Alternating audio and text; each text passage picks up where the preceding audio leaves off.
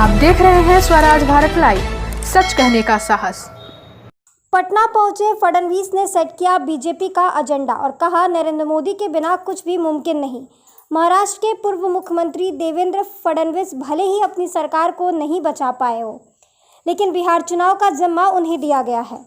बिहार चुनाव के लिए प्रभारी बनाए गए देवेंद्र फडणवीस ने पहली बार पटना पहुंचे हैं और पटना पहुंचते ही उन्होंने बीजेपी का चुनावी एजेंडा सेट कर दिया है। देवेंद्र फडणवीस ने कहा कि बिहार का विकास में केवल वही सरकार कर सकती है जो नरेंद्र मोदी के साथ कदम से कदम मिलाकर चले।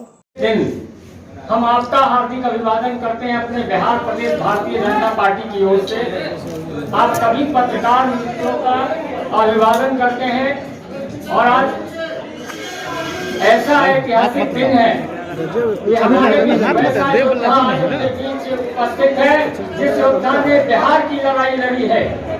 देश के स्तर पर बिहार की लड़ाई लड़ने वाले महाराष्ट्र के पूर्व मुख्यमंत्री श्री देवेंद्र फडणवीस जी, जो इस चुनाव में हम सबके साथ आने वाले हैं, नेतृत्व करने वाले हैं, ऐसे देवेंद्र फडणवीस जी अपने बीच उपस्थित हैं। मेरा सादर अनुरोध है कि बिहार के पत्रकार मित्रों को आप संबोधित करें। सभी को मेरा आदर प्रणाम। आदरणीय अध्यक्ष आदरणीय नित्यानंद राय जी, आदरणीय पांडे जी, आदरणीय रामगोपाल यादव जी, भाई संजय मयूख जी, यहाँ पर उपस्थित सभी मीडिया कर्मी बहनों भाइयों, सबसे पहले आप सभी का मैं इस मीडिया सेंटर में बहुत बहुत स्वागत करता हूं। पहली बार आप सभी से मुखातिब होने का अवसर मुझे मिला है, तो अपेक्षा व्यक्त करता हूं कि आपकी कृपा भी मेरे ऊपर होगी। बिहार में विधानसभा का चुनाव बिल्कुल सिर पर है और जल्दी ही शायद उसकी घोषणा भी होगी, और उसी दृष्टि से भारतीय जनता पार्टी के शीर्षस्थ नेतृत्व ने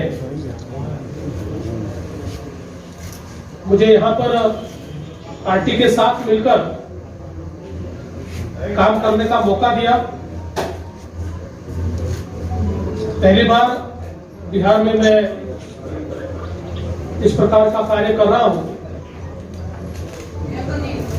तो मुझे विश्वास है कि कई नई चीजें यहां मुझे सीखने को मिलेगी और हमारे सभी पदाधिकारियों के साथ काम करने का आनंद आएगा। हम सभी लोग जानते हैं कि बिहार में जनसेवा के कार्यों के माध्यम से लोगों को मदद करने का प्रयास और बिहार को विकास की डगर पर ले जाने का प्रयास इस सरकार ने किया है। विशेष रूप से देश में आदरणीय मोदी जी की सरकार और बिहार में नीतीश जी के नेतृत्व में एनडीए की सरकार, इन दोनों सरकारों ने मिलकर बिहार के विकास के लिए, बिहार के उत्थान के लिए अलग अलग परियोजनाओं के माध्यम से बहुत काम किया है। और अगर हम लालू जी के राज से इसकी तुलना करें तो मुझे ऐसा लगता है कि जो आंकड़े हमारे सामने आते हैं वो बहुत ही स्पष्ट रूप से इस विकास की गाथा को हमारे सामने रखते हैं। भारत एक विकसनशील इस प्रकार का देश है और सभी सरकारों के सामने चुनौतियां तो होती है, यहां पर भी होगी, किंतु अपने संसाधनों के माध्यम से हम इन चुनौतियों का सामना कैसे करते हैं, ये बहुत महत्व का होता है।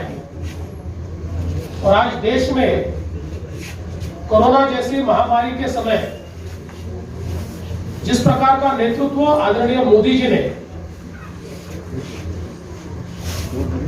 ये जो एक योजना आदरणीय मोदी जी ने और उनके नेतृत्व में बिहार में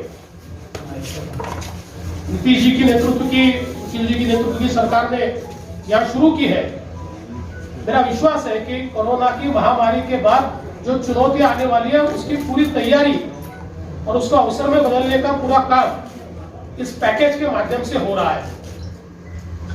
भारत के इतिहास में, और केवल भारत ही नहीं, तो जिसको हम थर्ड वर्ल्ड कंट्रीज कहते हैं, ऐसी सारी विकसनशील राष्ट्रों के पूरे इतिहास में इतना बड़ा विकास का पैकेज इससे पहले कभी तैयार नहीं हुआ।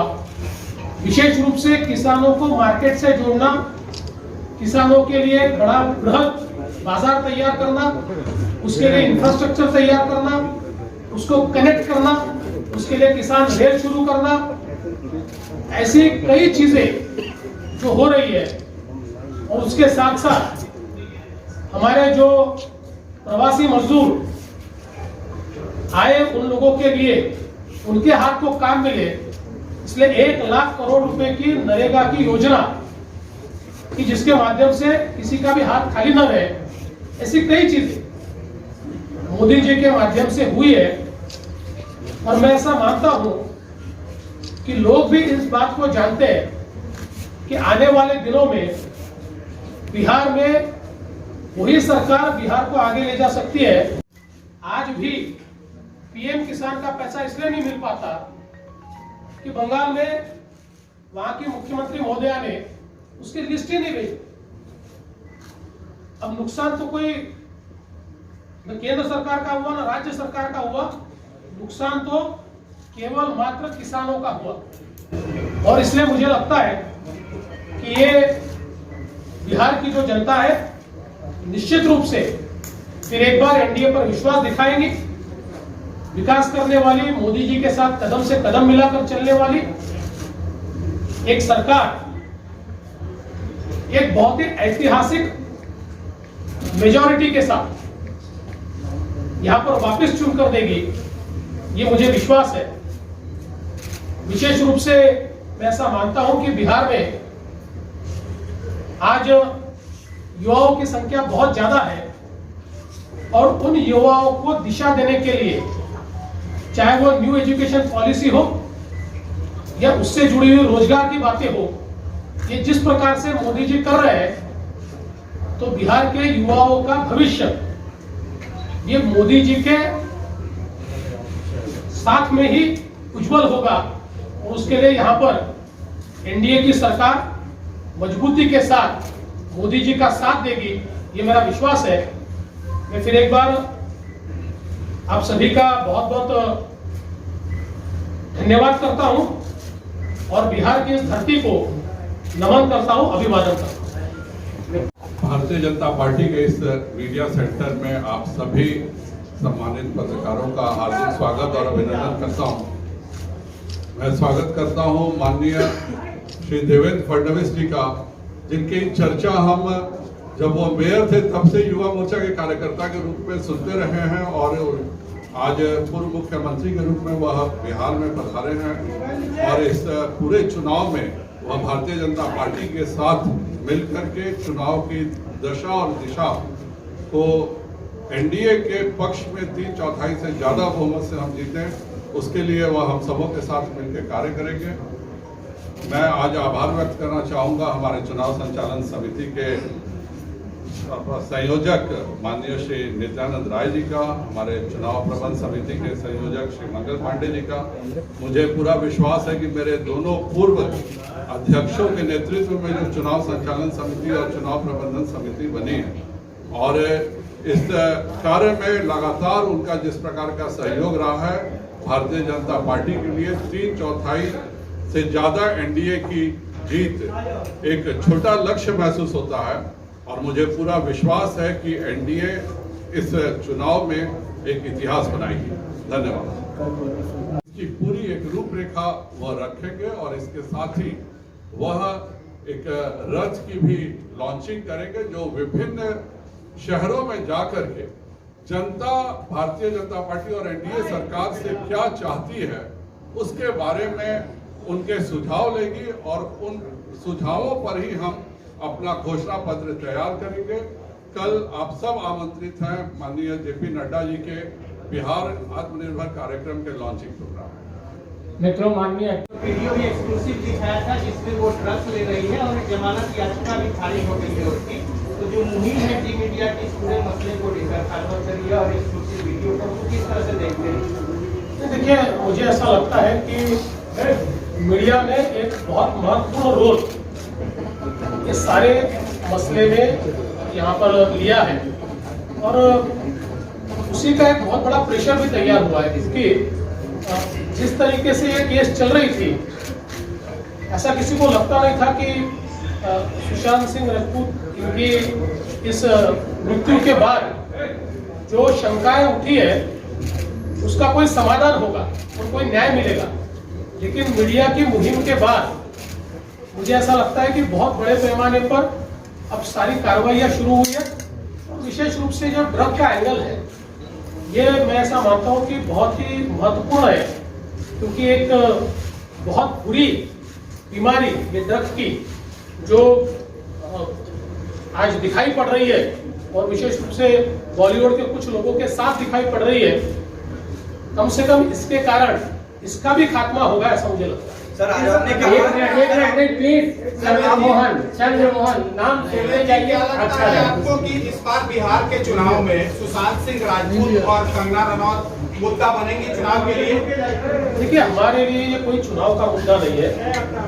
सुशांत सिंह राजपूत ये बिहार के बेटे जैसे थे जैसे वो पूरे भारत के बेटे थे और जिस प्रकार से उनकी मृत्यु के बाद अलग अलग तथ्य बाहर आने शुरू हुए तो देश के आम आदमी को ये लगा कि इसकी जांच होनी चाहिए और तथ्यों को बाहर निकाला जाना चाहिए।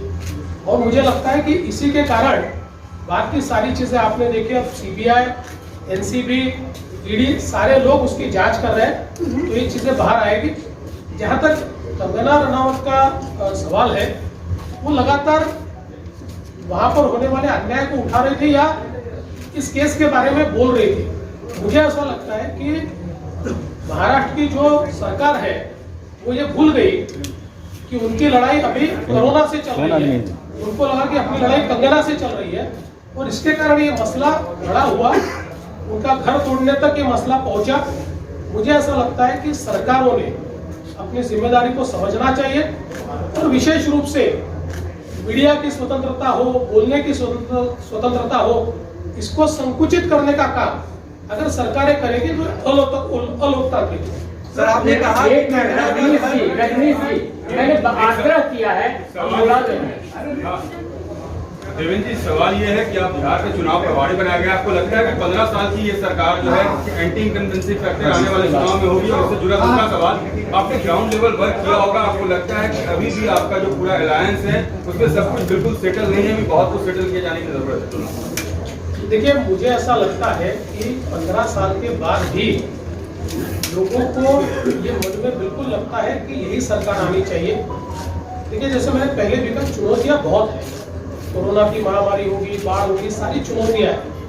पर जब लोग ये देखते हैं कि इस सरकार का काम और इससे पहले लालू जी की सरकार का काम भी लोगों ने देखा है, तो लोगों को ध्यान में आता है कि ये सरकार प्रयास करके हमारे को न्याय देने का प्रयत्न करती है। और सबसे बड़ी बात यह है कि इस सरकार के पीछे आदरणीय प्रधानमंत्री मोदी जी, मैं ऐसा मानता हूँ कि सबसे बड़ी बात है। लोगों के मन में, विशेष रूप से गरीबों के मन में एक बात बिल्कुल पक्की है कि हमारे को न्याय अगर कोई दे सकता है, गरीबों को, पिछड़ों को न्याय अगर कोई दे सकता है तो मोदी जी है। और इसलिए मुझे लगता है कि डबल फोर्स ये तैयार हुआ है जिसके कारण बहुत अच्छे तरीके से हम लोग यहाँ पर जीतेंगे।